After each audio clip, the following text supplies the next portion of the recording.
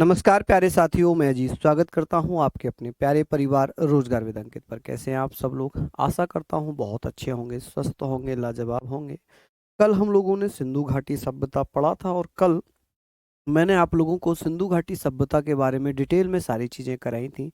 हमने कल ही सिंधु घाटी सभ्यता के स्थल भी पढ़े थे, हमने हड़प्पा पढ़ लिया था। आज हम मोहनजोदड़ो से स्टार्ट करेंगे। तो मैं आशा करूंगा कि आप लोग सभी साथी यहाँ पर लाइव जुड़ेंगे मेरे साथ और बेहतरीन तरीके से नोट्स बनाएंगे। हम बात करने वाले हैं यहाँ पर, और मैं टेस्ट भी कराऊंगा आज आप लोगों को। टेस्ट भी मैं लेकर आया हूँ। हम लोग बात करेंगे सिंधु घाटी सभ्यता के स्थल। ठीक है, हम यहाँ पर बात करने वाले हैं, जो हमारा आज का टॉपिक है वो है सिंधु घाटी सभ्यता के स्थल। सिंधु घाटी सभ्यता के स्थल, ये हमारा आज का टॉपिक रहेगा। सिंधु घाटी सभ्यता में स्थल यानी कि इंडस वैली सिविलाइजेशन साइट्स के बारे में हम बात करेंगे। किसके बारे में हम बात करेंगे? तो आप कहेंगे हम बात करेंगे Indus valley civilization. Indus valley civilization, civilization, ठीक है, सिविलाइजेशन साइट्स की। ठीक है, किसकी हम बात करेंगे? साइट्स की हम बात करेंगे। हालांकि हमने मोहनजोदड़ो आज करना है, हमने हड़प्पा ऑलरेडी कर ही लिया है। हम बात कर रहे हैं मोहनजोदड़ो से। किससे हम बात करेंगे? तो यहाँ पर हम बात करने वाले हैं मोहनजोदड़ो की। किसकी? मोहनजोदड़ो। आप लोग बताइएगा, मोहनजोदड़ो की बात हम बात करेंगे। मोहनजोदड़ो। अब चर्चा ये है कि सर मोहनजोदड़ो के बाद भैया बिल्कुल सफिशियंट रहेगी। आपको क्या लगता है कि मैं सीजीएल के बैच में यूपीएससी का पढ़ा रहा हूँ? नहीं, मैं सीजीएल लेवल का ही पढ़ा रहा हूँ, सीपीओ लेवल का पढ़ा रहा हूँ, सीएचएसएल लेवल का पढ़ा रहा हूँ। आप बेफिक्र रहें, ठीक है। चलिए, हम लोग यहाँ पर बात कर रहे हैं, हम लोग बात करेंगे मोहनजोदड़ो की। और मोहनजोदड़ो के बारे में जो विचार होगा वो आप कहेंगे सर मोहनजोदड़ो की खोज कब हो जाती है? इसकी खोज होती है जी 1922 में। कि मोहनजोदड़ो को कब डिस्कवर किया जाता है? तो आप कहेंगे 1922 में इसे खोला जाता है। और ये कौन सी नदी के किनारे पर मिला था? तो इसकी खोज होती है सिंधु नदी के किनारे पर। किसके? सिंधु नदी, जिसे इंडस रिवर कहते हैं। सिंधु नदी को अंग्रेजी में इंडस रिवर कहते हैं। तो आप लोग ध्यान रखना अंग्रेजी वाले बच्चे कि इंडस रिवर आपके ऑप्शन में दिखेगा। कि सिंधु नदी के किनारे पर, सिंधु नदी के किनारे पर इसकी खोज हो जाती है। कहां पर? सिंधु नदी के किनारे पर, ठीक है। चलिए, सिंधु नदी के आसपास ही अधिकतर हड़प्पा सभ्यता के पुरास्थल खोजे गए थे, स्थल खोजे गए थे। बात आती है कि सर मोहनजोदड़ो को इसका अर्थ क्या है? इसका अर्थ क्या है? मोहनजोदड़ो का अर्थ क्या है जी? इसका मीनिंग क्या है? तो आप कहेंगे सर इसका मीनिंग क्या हो जाएगा? तो यहाँ पर हम लोग बात करेंगे कि इसका मीनिंग क्या हो जाएगा। कौन कौन साथी बताएंगे कि मोहनजोदड़ो का अर्थ क्या है? इसे सिंधी भाषा में लैंग्वेज ऑफ सिंधी, सिंधी यानी कि सिंधी भाषा में से क्या कहा जाता है? तो आप कहेंगे सर मृतकों का टीला। क्या कहते हैं? मृतकों का टीला। चलिए, हम बात करेंगे सर इसे मृतकों का टीला कहते हैं। मृतकों का टीला। आप कहेंगे मृतकों का टीला किसे कहा जाता है? माउंड ऑफ डेथ किसे कहा जाता है? Mound of death. आप बताइएगा भैया, इसको माउंड ऑफ डेथ कहा जाता है कि मृतकों का टीला या माउंड ऑफ डेथ किसे कहा जाता है? जल्दी जल्दी से बताइए। Mound of death, mound of dead हम इसको कह सकते हैं कि मृतकों का टीला। क्या हो जाएगा जी? मृतकों का टीला। शानदार चीजें आपको मैं पढ़ा रहा हूं। चलिए, अब ये सारी चीजें तो हमें पता ही है, सर आप नया क्या पढ़ा रहे हो? नया हम पढ़ेंगे कि जैसे कि मोहनजोदड़ो के बारे में बात करते हैं तो मोहनजोदड़ो सिंधु घाटी सभ्यता का दूसरा सबसे बड़ा स्थल था। तो सबसे बड़ा स्थल कौन सा था? राखीगढ़ी। कौन सा? राखीगढ़ी, ठीक है। सर्वाधिक संख्या थी मोहनजोदड़ो की। मोहनजोदड़ो में रहने वाले लोगों की जनसंख्या सर्वाधिक थी। अब इसकी खोज किसने की थी? इसके खोजकर्ता कौन थे? राखाल दास बनर्जी। कौन थे? राखाल दास बनर्जी। राखाल दास बनर्जी के द्वारा खोज की जाती है। ठीक है जी, राखाल दास बनर्जी द्वारा क्या किया गया, इसको डिस्कवर किया गया, द्वारा डिस्कवर किया जाता है। ठीक है जी, डिस्कवर किया गया कि भैया खोज कब हुई, किया गया, यहां तक आप लोग लिख सकते हैं। राखाल दास बनर्जी को आर डी बनर्जी भी कहते हैं। आर डी बनर्जी, राखाल दास बनर्जी भी कहा जाता है कि मोहनजोदड़ो की खोज राखाल दास बनर्जी ने की थी। मोहनजोदड़ो से भैया जो बहुत ज़्यादा महत्वपूर्ण है कि मोहनजोदड़ो से क्या क्या मिला है, तो मैं बता देता हूं कि भैया मोहनजोदड़ो से एक विशाल अन्नागार मिला है, ग्रेट ग्रेनरी जिसे बोलते हैं, कि मोहनजोदड़ो से ही विशाल अन्नागार प्राप्त हुआ है। क्या प्राप्त हुआ है? विशाल अन्नागार। आप कहेंगे विशाल अन्नागार यहां से प्राप्त हुआ है, जिसे ग्रेट ग्रेनरी के नाम से जानते हैं। ग्रेट ग्रेनरी के नाम से हम जानेंगे कि भैया विशाल अन्नागार कहाँ से प्राप्त हुआ है, ग्रेट ग्रेनरी कहाँ से प्राप्त हुआ है, तो आप कहेंगे मोहनजोदड़ो से।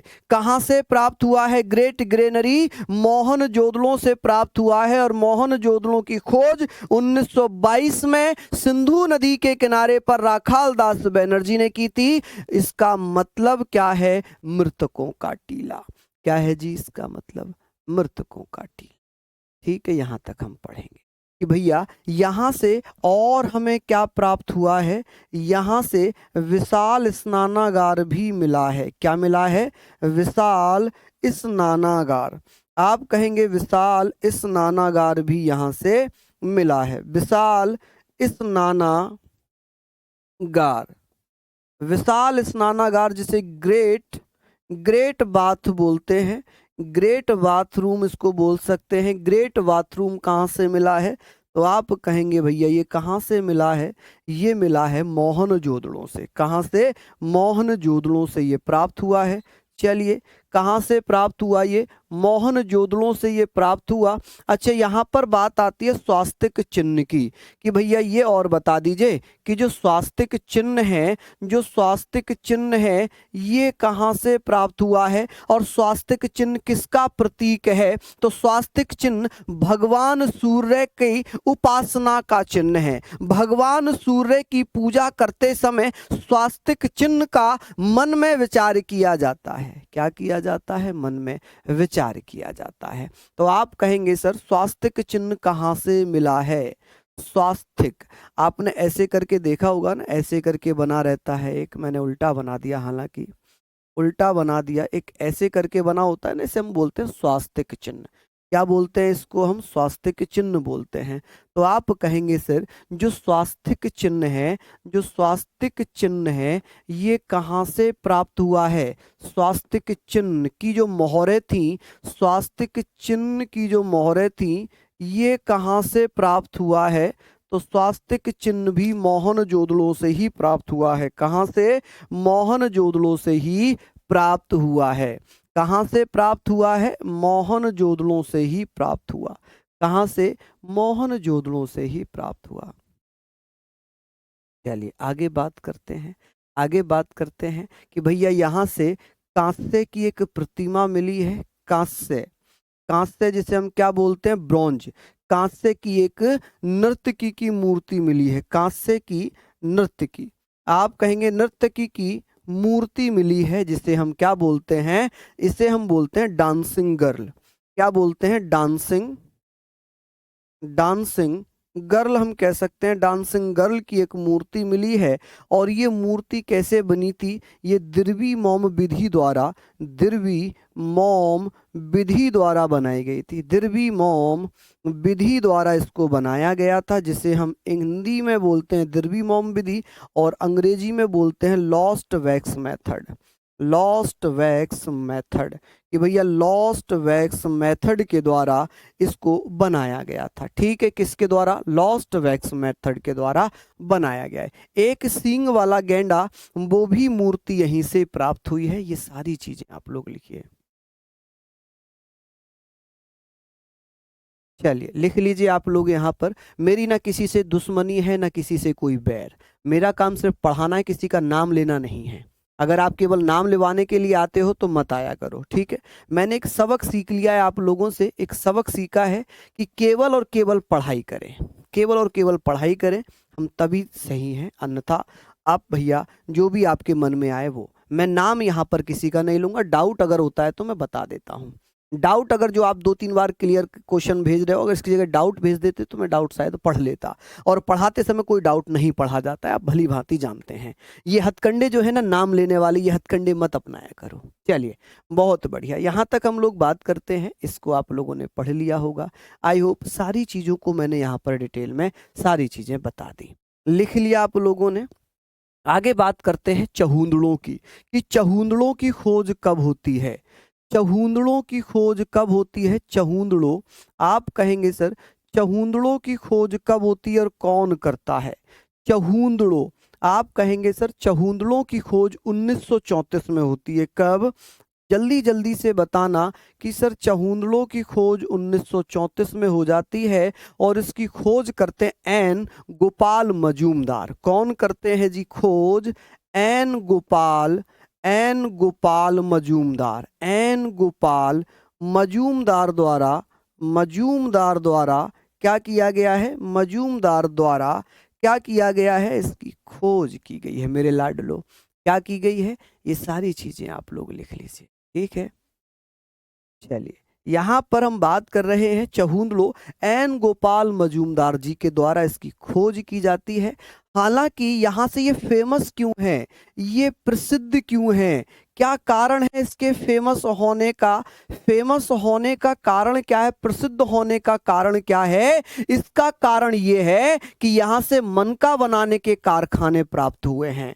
क्या प्राप्त हुआ है, यहाँ से मनका फैक्ट्री प्राप्त हुई है, बीड फैक्ट्री प्राप्त हुई है, इन्वेंटेड ऑफ मनका या मेका हम इसको बोल सकते हैं कि यहाँ से मनका बनाने की फैक्ट्री, मनका फैक्ट्री यहां से प्राप्त हुई है। मनका फैक्ट्री, कौन सी, मनका फैक्ट्री यहां से प्राप्त हुई है।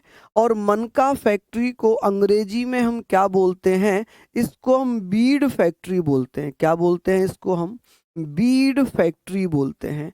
कि बीड फैक्ट्री कहाँ से मिली थी, मनका बनाने वाली फैक्ट्री के जो एविडेंस थे, जो साक्ष्य थे, वो कहाँ से मिले थे, वो चहुंदड़ों से मिले थे। कहाँ से, चहुंदड़ों से।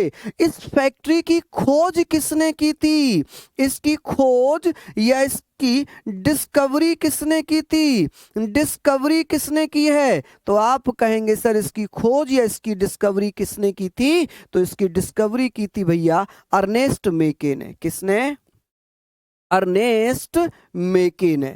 उम्मीद है आप लोग ध्यान रखेंगे, अर्नेस्ट मेके ने। जब अर्नेस्ट मेके इसकी खुदाई करा रहे थे चहुंदड़ों की 1935 में, तब यहां पर क्या मिला, तब यहां पर क्या मिला है भैया, यहां पर ये मनका बनाने की फैक्ट्री मिली। क्या मिली, मनका बनाने की फैक्ट्री। यहां से भैया क्या मिला है, मेकअप किट मिली है। क्या मिला है यहां पर, एक तो ये हो जाएगा, दूसरा मेकअप, जो लिपस्टिक वगैरह है, काजल वगैरह है, वो जो मेकअप होता है ना, मेकअप, आप कहेंगे मेकअप किट। मेकअप किट होती है ना, जब शादी होती है तो दुल्हन के लिए पूरा मेकअप लाया जाता है, मेकअप। तो आप कहेंगे सर मेकअप, मेकअप ऐसे लिखा जाता है, मेकअप किट, ठीक है। क्या मिला है, मेकअप किट मिली है। मेकअप किट में जैसे लिपस्टिक हुआ, काजल हुआ, इस प्रकार की बात होगी कि भैया यहाँ से क्या मिला है, मेकअप की किट मिली है। लिख लेना ये कि भैया मेकअप की किट कहाँ से मिली थी, इसके कुछ साक्ष्य हैं क्या, मेकअप किट। तो आप कहेंगे ये कहाँ से मिली है। जैसे कि मैं बात करूं काजल, काजल जो आंखों में आईलाइनर होता है ना, काजल, काजल मिला है, लिपस्टिक मिली है, कि लिपस्टिक जो है इसके साक्ष्य कहाँ से मिले हैं। तो आप कहेंगे सर लिपस्टिक के, काजल के जो एविडेंस हैं ये कहाँ से मिले हैं, चहुंदड़ों से। कहाँ से मिले, चहुंदड़ों से। और चहुंदड़ों से ही दवात, दवात जानते हैं आप, इंक, दवात तो जानते ही होंगे। इंक पोर्ट को कहा जाता है, किसको, इंक पोर्ट को कहा जाता है। जो पहले पहले क्या होता था, हम लोग क्या करते थे, आपने तो शायद नहीं देखा होगा, हमने भी, मुझे लग रहा है कि पहली क्लास की बात रही होंगी जब वो इंक बनाते थे ना, लकड़ी छील के उससे लिखते थे पटरी पे। आपने तो पटरी पे भी नहीं लिखा हुआ, स्लेट पे लिखा है किसी ने? शायद अब तो स्लेट ही खत्म हो गई, अब तो मॉडर्न जमाना आ चुका है, तो वो स्लेट खत्म हो गई, उस पर दवात से लिखा जाता था, इंक पॉट से लिखा जाता था, ठीक है। और चहुंदड़ो सिंधु घाटी सभ्यता का एकमात्र ऐसा स्थल था, एकमात्र ऐसा टाउन था जहां पर सुरक्षा के लिए किले बने हुए नहीं थे, मतलब चारों तरफ दीवारें नहीं बनाई गई थी। चलिए, समझ रहे हैं आप लोग मेरी बातें? हाँ जी।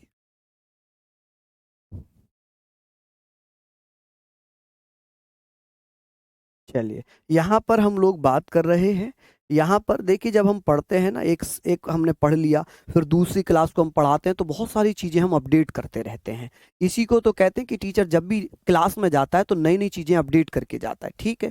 तो आप कहेंगे सर नोट में लिख लेना इसको, नोट में लिखना कि चहुंदड़ो एकमात्र ऐसा नगर है, चहुंदड़ों की बात हो रही है, किसकी? चहुंदड़ों की बात हो रही है। चहुंदड़ो एकमात्र एकमात्र एकमात्र नगर, नगर मतलब जानते हैं टाउन, एकमात्र ऐसा टाउन था हड़प्पा सभ्यता का जिसकी जिसके चारों ओर दीवार नहीं बनाई गई थी, दीवार यानी कि बॉल नहीं बनाई गई थी, दीवार यानी कि वॉल नहीं बनाई गई थी, ठीक है, बॉल नहीं बनाई गई थी, सुरक्षा की दृष्टि से नहीं बनी थी, ठीक है जी, नहीं बनी थी। ये सारी चीजें आप लिखेंगे। अब बात करेंगे भैया धौलावीरा की, ये आप लोगों ने लिख लिया, मैं अभी टेस्ट भी कराने वाला हूं आप लोगों का, जल्दी जल्दी से इसको नोट डाउन कर लीजिए। चलिए, लिख लिया?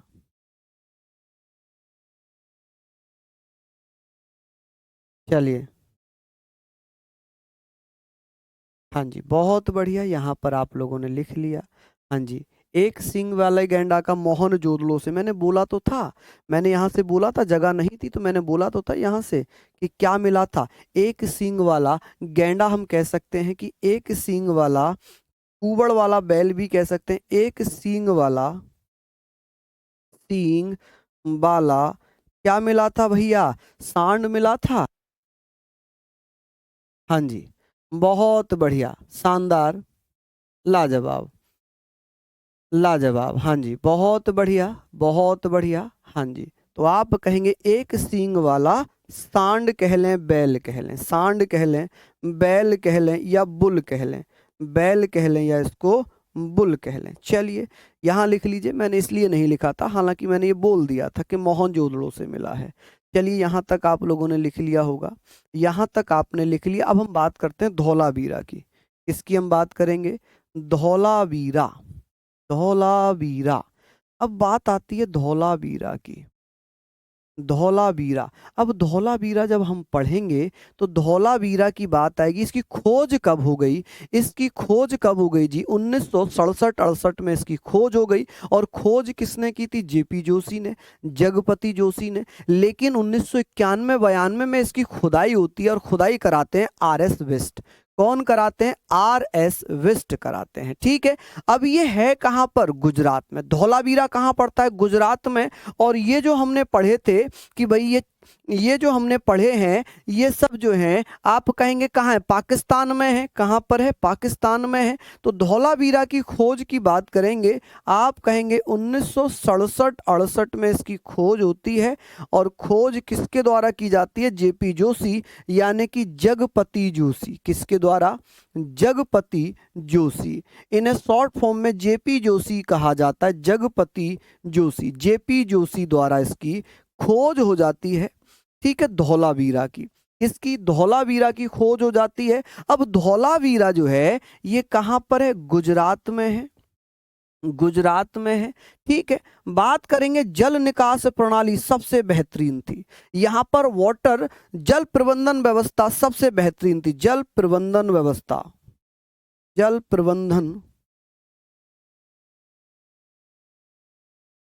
जो जल प्रबंधन व्यवस्था थी वो बहुत शानदार थी। आप कहेंगे जल प्रबंधन व्यवस्था सबसे अच्छी बताई गई है, जल निकास प्रणाली व्यवस्था सबसे अच्छी कहाँ बताई गई है? तो सबसे अच्छा जो वाटर मैनेजमेंट है वो कहाँ बताया गया है? तो वो धौलावीरा में। आप कहेंगे सबसे अच्छा वाटर मैनेजमेंट, मैनेजमेंट कहाँ पर बताया गया है? आप कहेंगे मैनेजमेंट सबसे बेहतरीन कहाँ का बताया है? धौलावीरा का। कहाँ का? धौलावीरा का। अब बात आती है, धौलावीरा जो है ये 3 भागों में बटा हुआ था। एकमात्र स्थल, एकमात्र नगर, एकमात्र नगर या टाउन, नगर को टाउन कहते थे। क्या कहते थे? टाउन। अब भी कहते हैं। 3 भागों में बांटा गया है इसको। कितने भागों में बांटा है? 3 भागों में इसको बांटा है।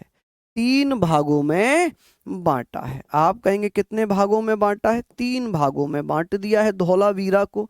अब धौलावीरा में और किस किस के यहां से स्टेडियम के एविडेंस मिले हैं? किसके? आप कहेंगे सर यहां से स्टेडियम के एविडेंस, स्टेडियम के साक्ष्य, खेलने के लिए स्टेडियम के साक्ष्य भी यहां से प्राप्त हुए हैं। किस किस के एविडेंस मिले हैं? आप कहेंगे सर यहां से किसके एविडेंस मिले हैं? एविडेंस। तो आप कहेंगे इसके जो एविडेंस मिले हैं, एविडेंस, किसके एविडेंस मिले हैं? तो आप कहना कि सर जो एविडेंस मिले हैं, एविडेंस ऑफ स्टेडियम, कि भैया जो स्टेडियम के एविडेंस मिले हैं वो कौन से स्टेडियम के एविडेंस मिले हैं? तो आप कहेंगे सर स्टेडियम के एविडेंस कहाँ से प्राप्त हुए? धौलावीरा से। कहाँ से? धौलावीरा से प्राप्त हुए हैं। कहाँ से प्राप्त हुए हैं जी? धौलावीरा से प्राप्त हुए हैं। अच्छा, एक चीज और यहाँ से प्राप्त हुई है। 2-3 चीजें जो सबसे ज्यादा इंपॉर्टेंट है वो ये है कि भैया हड़प्पा सभ्यता में सबसे अच्छी जल प्रबंधन व्यवस्था कौन से स्थल की थी? तो धौलावीरा की थी। किसकी? धौलावीरा की। समझ रहे हैं? धौलावीरा की खोज कब होती है? तो 1967-68 में जेपी जोशी के द्वारा। लेकिन खुदाई, खुदाई की बात हो, माइनिंग की बात हो, तो आप कहेंगे माइनिंग किसने करवाई थी? माइनिंग करवाई थी भैया किसने? वो थे RS वेस्ट। कि भैया ये कौन सी नदी के किनारे पर मिली थी ये सभ्यता? नदी कौन सी थी? लूनी। कौन सी नदी थी? लूनी रिवर थी। कौन सी रिवर थी? लूनी रिवर थी। ठीक है, कौन सी रिवर थी जी? लूनी रिवर थी। ठीक है, हाँ जी, लिख लेंगे यहाँ पर। अच्छा, यहाँ से एक चीज और याद रखना। चलिए इसको इतना ही पढ़ेंगे, आगे हम लोग यहाँ तक पढ़ लिए। अब बात करते हैं लोथल की। लोथल बहुत इंपॉर्टेंट है, लोथल बहुत इंपॉर्टेंट है, ये लिखना। अब बात आएगी लोथल के बारे में कि भैया लोथल कहाँ पर पाया गया था, जिसे हम किस नाम से जानेंगे? लोथल।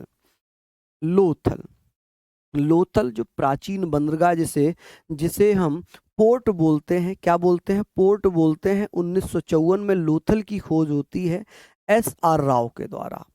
भोगवा नदी के किनारे पर SR राव के द्वारा गुजरात में इसकी खोज की जाती है और लोथल को ही मिनी मोहनजोदड़ो या लघु मोहनजोदड़ो कहा जाता है।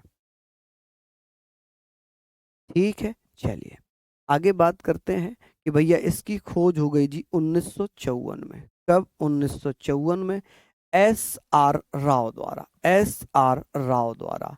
और SR राव द्वारा ये कौन सी नदी पर खोजा गया है?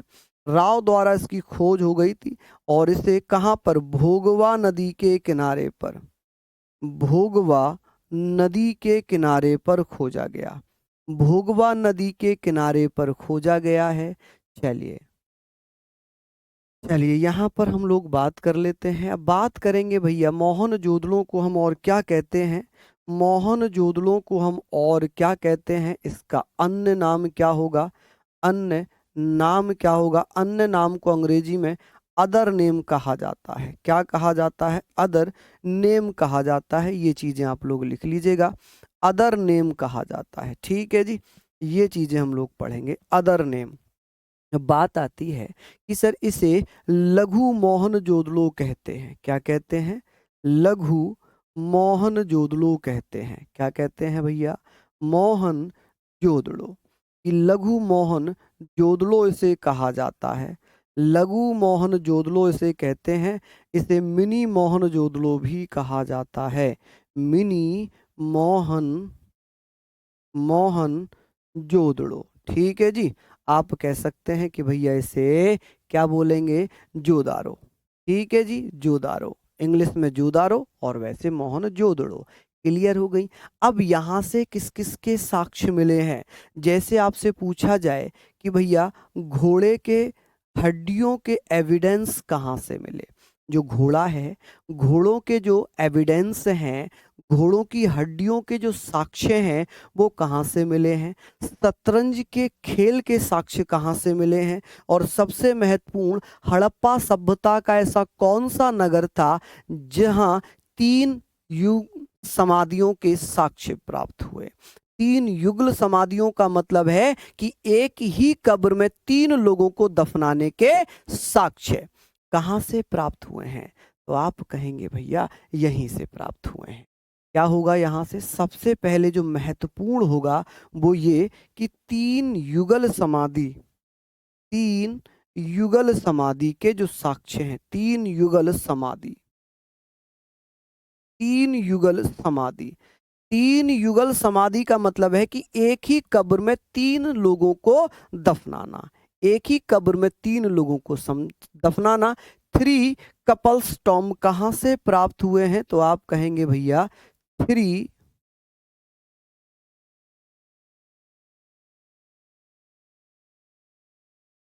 कपल टॉम्ब कहां से प्राप्त हुए हैं? तो आप कहेंगे ये कहां से प्राप्त हुआ है?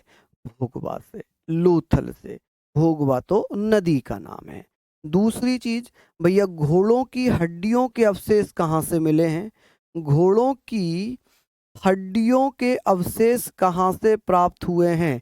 आप कहेंगे घोड़ों की हड्डियों के अवशेष कहाँ से प्राप्त हुए हैं? बताइए अवशेष कहाँ से प्राप्त हुए थे?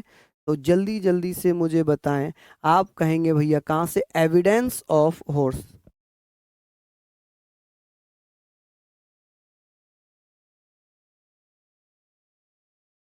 बहुत बढ़िया। यहाँ पर हम बात करेंगे घोड़ों की हड्डियों के अवशेष कि भैया ये कहाँ से मिले हैं। Evidence of horse bone. आप कहेंगे एविडेंस ऑफ हॉर्सेस बोन। जो घोड़ा है, हॉर्स है, आप कहेंगे सर हॉर्स वॉन्स, वॉन्स। ठीक है जी। घोड़े की जो हड्डियां हैं उनके साक्ष्य भी लोथल से प्राप्त हुए। कहाँ से प्राप्त हुए हैं? लोथल से प्राप्त हुए हैं। और क्या क्या मिला है? और क्या क्या चीजें यहाँ से प्राप्त हुई हैं?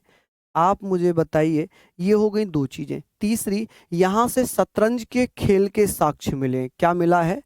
शतरंज, शतरंज खेल के साक्ष्य, के साक्ष्य, शतरंज खेल के साक्ष्य। Evidence of, evidence of a game of chess, evidence of a game of chess. कि भैया कहाँ से मिले हैं चेस गेम के? तो आप कहेंगे सर ये जो साक्ष्य प्राप्त हुए हैं ये लोथल से प्राप्त हुए हैं। कहाँ से? लोथल से प्राप्त। बड़े भैया जब मेरी जॉब लग जाएगी तो अपनी घड़ी सभी को दे दोगे क्या? भैया मेरे पास वैसे भी 5 घड़ियां थी। 5 घड़ियों में से एक मैंने जीडी वाले बच्चों को दे दी, मतलब बोल दिया उनमें से एक को देनी। एक मैंने बोल दिया कि जो मेरे सपूत बैच के बच्चे थे, जो वीर जवान थे, उनके लिए मैंने बोल दिया। 2 घड़ियां मेरी चली गई। एक घड़ी मेरा एक वैसे ही विद्यार्थी ले गया। तो मेरे पास केवल एक 2 घड़ी बची हैं बेटा। अब ये मैं किसी को नहीं दे पाऊंगा। मैं माफ़ी चाहता हूँ, और खरीद के दे सकता हूँ लेकिन अब ये घड़ियां नहीं दे पाऊंगा। ठीक है, चलिए, बहुत बढ़िया, शानदार। चलिए बहुत बढ़िया। यहाँ पर हम लोग पढ़ रहे हैं, अच्छे से मेहनत कर रहे हैं, सारी चीज़ों को हम लोग पढ़ रहे हैं। हाँ जी, यहाँ तक हम लोगों ने पढ़ लिया। बताइए, लिख लिया यहाँ पर? अब यहाँ से एक चीज़ और मिली है कि भैया हाथी के दांत मिले। क्या मिले हैं? हाथी के दांत। हाथी के दांत से बनी हुई जो मेसोपोटामिया की मोहर है, Mesopotamia seal made of elephant. ठीक है, ये यहीं से प्राप्त हुई है। चावल का छिलका, चावल का छिलके के भी साक्ष्य यहाँ से प्राप्त हुए हैं। ठीक है। अनाज पीसने की चक्की भी यहीं से मिली है। जो इंपॉर्टेंट होंगे वो ही मैं लिखवाऊंगा। अनाज पीसने की चक्की के साक्ष्य, अनाज पीसने की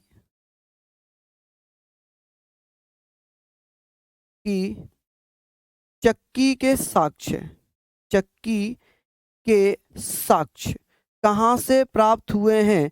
तो ये भी साक्ष्य यहीं से प्राप्त हुए हैं। आप कहेंगे सर इसे हम बोलते हैं ग्रेन मील। क्या बोलेंगे इसको हम? ग्रेन मील बोलेंगे। ठीक है जी, ग्रेन मील। ये सारी चीजें आप लोग यहाँ पर लिख लो। अब बात करते हैं बनावली की। किसकी बात करते हैं? बनावली की बात करते हैं।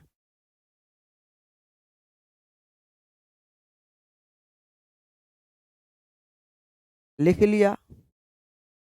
नहीं, गलत नहीं है भैया, अब मेरे पास भी तो कुछ बचना चाहिए। अच्छा, ये आप लोगों को करना चाहिए ना, आप लोगों को गिफ्ट देना चाहिए कि भाई चलो हम मेहनत कर रहे हैं, हम पढ़ा रहे हैं, कम से कम आपका सिलेक्शन हो जाए, आप एक दो चीज लेकर आओ, गिफ्ट लेकर आओ कि लो अजीत सर ये चीज आपके लिए। ऐसे नहीं कहोगे हैं? लेने के लिए तो कह दोगे। मेरे पास नहीं है यार, मेरे पास जो भी है वो मेरी है। और वैसे भी बोल देते हैं, वैसे भी बोलते हैं, जैसे भीम मीना बता रहे हैं, ये सच्चाई है कि अपनी घड़ी किसी को नहीं देनी चाहिए। ऐसा माना जाता है कि अपनी घड़ी देने से अपना टाइम चला जाता है। ऐसा माना जाता है, ये मैं नहीं मानता, लेकिन ऐसा कुछ लोग कहते हैं, ऐसा कुछ कहते हैं। ठीक है जी, चलिए इसको लिख लीजिए। हाथी के दांत के साक्ष्य भी मिले हैं यहां से। आगे हम बात कर रहे हैं बनावली की। अब बात होगी बनावली। बनावली, बनावली के बारे में बात कर रहे हैं कि भैया बनावली की जो खोज है वो कब होती है? आप कहेंगे सर 1974 में, 1974 में इसकी खोज हो जाती है। और ये खोज कहाँ पर हुई है? सरस्वती नदी के किनारे पर। सरस्वती नदी के किनारे पर। और सरस्वती नदी को ही क्या कहा जाता? द्वसनती कहा जाता था। द्वसदती नदी कहा जाता है। आप कहेंगे कि सर हमने तो सरस्वती पढ़ी नहीं है, द्वसदती पढ़ी है। तो मैं ब्रैकेट में भी लिख रहा हूं कि द्वसदती नदी के किनारे पर इसकी खोज हुई थी 1974 में। और ये स्थान कहाँ पड़ता है? ये स्थान पड़ता है जी हरियाणा में। कहाँ पर? हरियाणा में पड़ता है। और इसकी खोज किसने की थी? आर एस वेस्ट ने। किसने? आर एस वेस्ट ने। ठीक है जी, किसने? आर एस वेस्ट ने। ठीक है, हाँ जी बिल्कुल। चलिए, बहुत बढ़िया, बिल्कुल बिल्कुल। चलिए सही। हाँ जी। एक बच्चा तो डरा रहा है, कह रहा है सर सोच लीजिए जॉब लग गई ना तो ऐसी चीज दूंगा जो आज तक किसी ने नहीं दी होगी।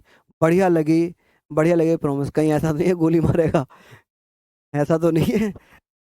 कि ऐसी चीज दूंगा जो आप भूलोगे नहीं। मेरे भैया कुछ मत दियो। मैं अपनी पत्नी का इकलौता पति हूँ, मैं अपने बच्चे का इकलौता बाप हूँ। तो मेरी तरफ को सोच समझ के ही कहना, ठीक है? मैं तो मामूली सा इंसान हूँ। चलिए, वैसे जोक सपाट है, ये चलते रहने चाहिए, है ना? ये सारी चीज़ें चलती रहनी चाहिए। हमने ये पढ़ लिया सारी चीज़ों को। अब बात करते हैं सर यहाँ से क्या मिला है बनावली से। तो आप कहेंगे सर यहाँ से जो सबसे ज़्यादा पूछा जाता है वो है कि भैया मिट्टी के हल मिले हैं। यहाँ से क्या मिला है? मिट्टी के हल। और मिट्टी के जो हल मिले थे ये खेती करने के बारे में नहीं बताते। ये कहते हैं कि इनसे बच्चे खेलते थे, ये खिलौना थे। क्या थे जी? ये खिलौना थे। किले पिलो मिले हैं। क्या मिले हैं? एज अ टॉय किले पिलो मिले हैं। मिट्टी के हल को बोलते हैं किले प्लो। ठीक है जी, किले प्लो, जिसको हम बोलेंगे मिट्टी के हल। और ये किस फॉर्म में थे? As a toys, as a toy. ये कैसे थे? एज अ टॉय थे, यानी कि खिलौने के रूप में मिले थे। जो मिट्टी के हल मिले हैं ये किले पिलो के रूप में मिले। जो मिट्टी के खिलौने थे वो एक क्या था? खेल था, खिलौने थे। क्या था? खेल था, खिलौना था। ठीक है। यहां से जौ के दाने भी प्राप्त हुए हैं। क्या प्राप्त हुए यहां से? जौ के दाने। जौ के दाने भी यहां से मिले हैं। जौ के दाने, जिन्हें हम क्या बोलेंगे? जौ के दाने को आप बोलेंगे सर बारले। यहां से क्या मिला है? बारले। जल्दी जल्दी से लिख लीजिएगा कि सर यहाँ से क्या मिला है? बारले। जौ। जौ के साक्ष्य कहाँ से मिले हैं? बनावली से मिले हैं। कहाँ से? बनावली से। हाँ जी। चलिए बहुत बढ़िया। हालांकि ये चीज याद रखना कि ये जो है इसको मैं ऐसे लिखवा देता हूं कि इसकी खोज 1973-74 में होती है। ठीक है, 1973-74 में, क्योंकि 73 भी एग्जाम में आया हुआ है और 74 भी एग्जाम में आया हुआ है। ठीक है, यहाँ पर अब बात आती है कहाँ पड़ता है, ये हरियाणा में, और आर एस विस्ट के द्वारा खोज हुई है। मिट्टी के हल यहाँ से प्राप्त हुए। किसके हल मिले हैं? मिट्टी के हल यहाँ से प्राप्त हुए हैं। जौ के दाने यहाँ से मिले हैं और यहाँ से हाथी के दांत भी प्राप्त हुए हैं। हाथी के दांत भी यहाँ से प्राप्त हुए हैं। हाथी के दांत भी यहाँ से मिले हैं। दांत और जगहों से भी मिले हैं। दांत भी नहीं लिख रहे हैं, फिर आप कहोगे सर ये तो आपने वहां भी बता दिए, फिर आप कंफ्यूज हो जाओगे, इसलिए हम इसको नहीं लिखते हैं। ठीक है, चलिए। अब बहुत सारे बच्चे कहेंगे सर बनावली जो है ये तो रंगोई नदी के किनारे है। भैया उस समय ध्वजदती नदी रंगोई नदी होती थी, जिसे सरस्वती नदी कहते हैं। क्या कहते हैं जी? सरस्वती नदी कहते हैं। क्या यहाँ तक आप लोग लिख लेंगे? क्या यहाँ तक आप लोग सारी चीज़ों को लिख लेंगे? उम्मीद कर रहा हूँ आपने लिख लिया होगा। कालीबंगन हम पढ़ेंगे, कालीबंगा के बारे में हम बात करेंगे, फिर हम टेस्ट की तरफ चलेंगे। कालीबंगा, कालीबंगा, कालीबंगा की बात कर रहे हैं कि कालीबंगा जो है कौन सी नदी के किनारे पर मिली है, इसकी खोज कब हुई है? तो 1953 में अमलानंद घोष ने, 1953 में घग्गर नदी के किनारे पर अमलानंद घोष ने, कौन सी? घग्गर नदी, घग्गर नदी के किनारे पर अमलानंद घोष के द्वारा इसे खोजा गया है। किसके द्वारा? अमलानंद। अब ये मत समझना कि मैं इंग्लिश क्यों नहीं लिख रहा। कालीबंगा को कालीबंगा ही लिखेंगे, घग्गर नदी को घग्गर रिवर लिखेंगे, अमलानंद घोष को अमलानंद घोष ही लिखेंगे। अमलानंद घोष के द्वारा खोज हो जाती है। और ये पड़ता कहाँ पर है? कालीबंगा। कालीबंगा कहाँ पर पड़ता है? राजस्थान में। कहाँ पर है जी? ये राजस्थान में है। कहाँ? राजस्थान में है। अब बात करते हैं कि इसका अर्थ क्या है कालीबंगा का। अर्थ मतलब मीनिंग क्या है? मीनिंग की बात होगी, आप कहेंगे भैया मीनिंग है काले रंग की चूड़ियां। वो गाना चलता है ना, काले रंग की साड़ी मंगा दे पिया, वैसे ही समझ लो। तो इसका अर्थ है काले रंग की चूड़ियां, काले रंग की चूड़ियां। चूड़ियां आपने पहनी होंगी, बहुत सारे बच्चों ने, मतलब बच्चियों ने, बच्चे तो खैर नहीं पहने, बच्चियां। ठीक है, तो आप कहेंगे भैया क्या मिला है यहाँ पर? जुते हुए खेत के साक्ष्य मिले हैं। यहाँ पर क्या मिला है भैया? जुते हुए खेत के साक्ष्य, जुते हुए खेत के साक्ष्य मिले हैं। खेत के साक्ष्य इंपोर्टेंट है भैया। जुते हुए खेत के साक्ष्य यहां से प्राप्त हुए हैं। आप कहेंगे एविडेंस ऑफ किसके? प्लोइंग फील्ड के। आप कहेंगे एविडेंस ऑफ प्लोइंग फील्ड। ठीक है, किसके? प्लोइंग फील्ड के। प्लोइंग फील्ड, जुते हुए खेतों के साक्ष्य कहाँ से मिले हैं? तो कालीबंगा से। कहाँ से मिले हैं? कालीबंगा से। ठीक है, चलिए लिख लीजिए यहाँ पर। चलिए बहुत बढ़िया, ये हमने पढ़ लिया। आगे हम लोग बात करते हैं। यहाँ तक हम लोग जब पढ़ चुके हैं, ऊंट की हड्डियों के साक्ष्य भी यहीं से मिले। एक बच्चा कह रहा है सर ऊंट की हड्डियों के, तो ऊंट की हड्डियां, ऊंट की हड्डियों के साक्ष्य कहाँ से मिले हैं? ऊंट की हड्डियों के साक्ष्य आप कहेंगे सर ये कहाँ से मिले हैं? तो एविडेंस ऑफ, ये लिखना एविडेंस ऑफ कैमल वॉन्स। ठीक है, किसके बेटा? कैमल वॉन्स, या केमल वॉन्स आप यहाँ पर लिख सकते हैं। उम्मीद है आप लोग इन चीजों को जरूर लिखेंगे, केमल वॉन्स। चलिए, और क्या मिला था यहाँ से? कालीबंगा से, ये इंपॉर्टेंट हो जाएगा। चलिए बहुत बढ़िया, आगे चलते हैं। रोपण की बात करते हैं। अब थोड़ा सा डिटेल कम कर लेते हैं। सर रोपण, रोपण की बात होगी, रोपण की बात होगी तो आप कहेंगे भैया रोपण, रोपण की खोज कब होती है? रोपण की खोज पंजाब में की गई थी 1953 में यज्ञदत्त शर्मा के द्वारा। 1953 यज्ञदत्त शर्मा, वाई डी शर्मा, इसे हम बोलते हैं यज्ञदत्त शर्मा। क्या बोलेंगे इनको? यज्ञ दत्त, यज्ञ दत्त शर्मा, यज्ञ दत्त शर्मा इनका नाम है, इनके द्वारा। और ये कहाँ पर खोजा गया था? पंजाब में। कहाँ पर खोजा गया था? पंजाब में। चलिए, और हम लोग बात करते हैं कि भैया राखी गढ़ी की बात होगी। राखी गढ़ी, राखी गढ़ी, कि भैया राखी गढ़ी की खोज कब हो जाती है? तो राखी गढ़ी की खोज कब होती है? आप कहेंगे सर राखी गढ़ी की खोज हो जाती है हरियाणा में। ये कहाँ पर? घग्गर नदी के किनारे पर। घग्गर नदी के किनारे पर इसकी खोज होती है हरियाणा में। कहाँ पर? हरियाणा में। अब बात आती है कि इसकी खोज होती है 1969 में सूरजभान के द्वारा।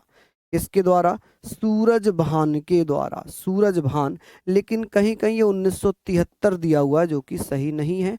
1969 सूरजभान। क्लियर है? यहाँ पर हम लोग बात करेंगे।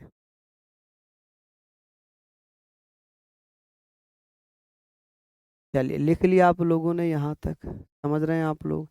चलिए, बहुत बढ़िया, शानदार।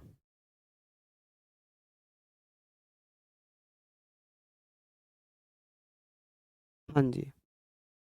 अब ये आ जाती है, ये चीजें यहाँ पर हो जाती हैं। रोपड़ की बात होगी कि 1955 में क्या है, इसकी खुदाई हो जाती है। क्या हो जाती है? खुदाई या माइनिंग हो जाती है। क्या हो जाती है? खुदाई या माइनिंग हो जाती है। ठीक है, तो कभी कभी एग्जाम में ऐसे पूछ लेता है कि रोपड़ की खुदाई 1955 में हुई थी। रोपड़ किस राज्य में पड़ता है? तो पंजाब में पड़ता है। किस में पड़ता है?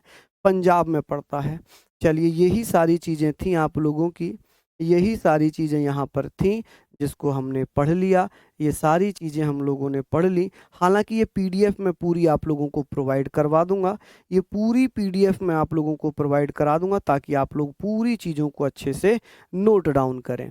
हालांकि ये हाथ से लिखकर मैंने पढ़ाया है, जबकि पीडीएफ में भी वही चीज़ें हैं जो मैंने आपको बताई हैं। चलिए, आशा करूँगा कि आप सारे सारे बच्चे बहुत बेहतरीन तरीके से इन चीज़ों को लिख पाए होंगे। जिसने नहीं लिखा है प्लीज़ लिख लीजिएगा। ठीक है जी। चलिए, फिर मिलते हैं आप लोगों से। तब तक के लिए आप सब लोगों से जय हिंद, जय भारत।